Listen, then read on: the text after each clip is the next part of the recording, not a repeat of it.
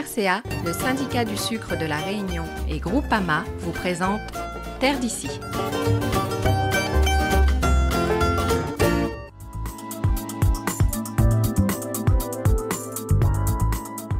Bien connaître son ennemi pour pouvoir mieux le combattre est l'une des clés de la réussite de cette lutte biologique contre ce ravageur de la canne à sucre. Dans la pénombre de ces salles d'élevage, les chercheurs du CIRAD multiplient les populations de Chilosaccharyphagus, un papillon nocturne, plus connu sous le nom de boréère ou foreur de la canne. Ouais, il fait des très gros dégâts sur les feuilles et dans les tiges, au stade larvaire, c'est-à-dire stade chenille. Et l'objectif de cette année, en tout cas, c'était de regarder, de tester l'attractivité du papillon vis-à-vis de la canne à sucre. Et donc pour arriver à comprendre le mécanisme qui va faire que le papillon va plus s'attaquer à Erianthus qu'à la canne à sucre. Proche de la canne à sucre, l'Erianthus est en effet une plante qui possède la particularité d'attirer les femelles du foreur, prêtes à pondre.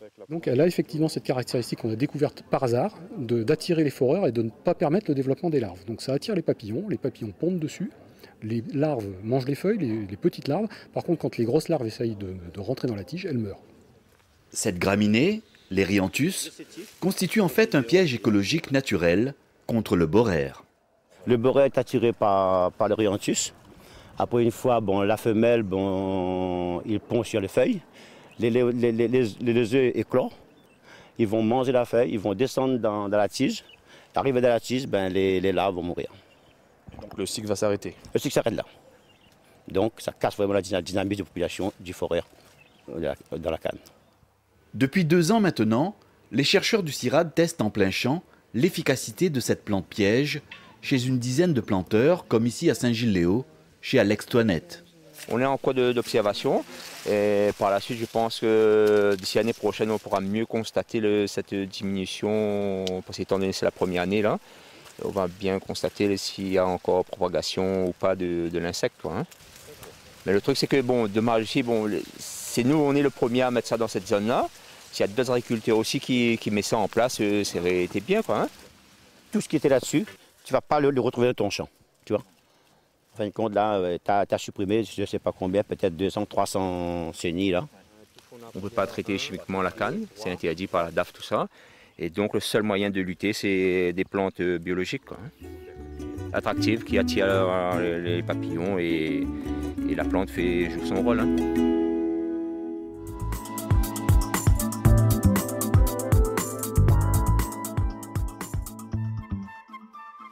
En partenariat avec les lycées agricoles de Saint-Paul et de Saint-Joseph, ERCAN et la FDG Don, le CIRAD développe depuis 2 ans maintenant le projet EcoCanne.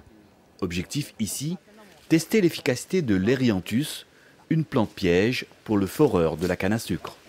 C'est une des méthodes de lutte contre le foreur. Donc l'idée, c'est d'avoir une combinaison de plusieurs méthodes de lutte de manière à avoir une efficacité maximale.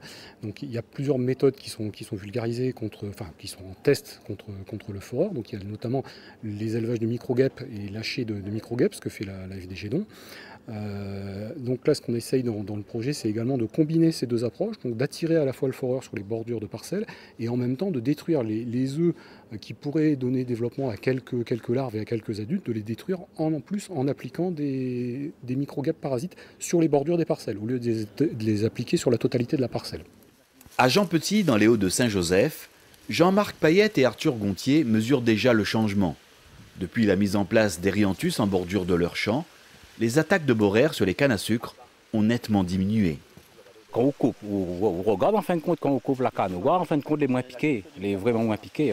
Et voilà. Et puis quand on coupe au niveau, soit les piqués en l'air dans la tête de la canne en l'air, au niveau du feuillage, ou bien les piqués un peu à la racine.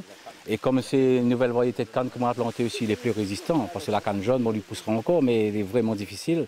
Il est tellement fragile au fourrure. Et la canne 585, pour moi, c'est le top pour le moment. Donc c'est un bon système de lutte, parce que la lutte chimique n'y peut pas faire, puisque les interdits. Et là, avec ça, nous pensons va améliorer un petit peu, les pas à 100%. Et enfin, j'espère dans l'avenir, si les agriculteurs ils veulent mettre ça en place, c'est une bonne idée. Une bonne idée, voilà. Ah voilà, ah là. Voilà les petites chenilles là. Voilà les petits, non, on est encore vraiment petits. Ah oui, on est pas petits. Et voilà. Là, ils vont descendre. Là, en fin de compte, il y aura tous les jeunes. Ceux qui sont dans la petite, dans le sud, bah après, il va mourir. Hein, il va mourir. Pour moi, pour le moment, je trouve que c'est intéressant, très intéressant. Et d'ailleurs, nous avons des parcelles que nous allons remettre dans les jours qui viennent, remettre en place. Pour ce faire, les boutures d'Erianthus sont plantées en périmètre, en protection des parcelles. On y replante nos cannes en fin de compte dans tous les baux, animer un peu comme ça. On va animer les plants de chaque côté, hein, de l'autre côté. Si l'anneau il est signifié comme ça pour montrer, pour les agriculteurs qui voudraient faire ça pour demain, pour protéger un petit peu le bourreur. Et après voilà. Hein. Et après la canne, bon, la canne n'y met pas, la canne n'y met à partir de là. Au moins tout ça les protéger. Quand le fourreur lui arrive, lui l'a tiré. Lui il est attiré en fin de compte par l'Erianthus et il veut dire voilà, il lui reste la même, mais ça va piquer aux cannes. L'efficacité est vraiment 70-80%, je ne sais pas trop bien. Au moins 70%.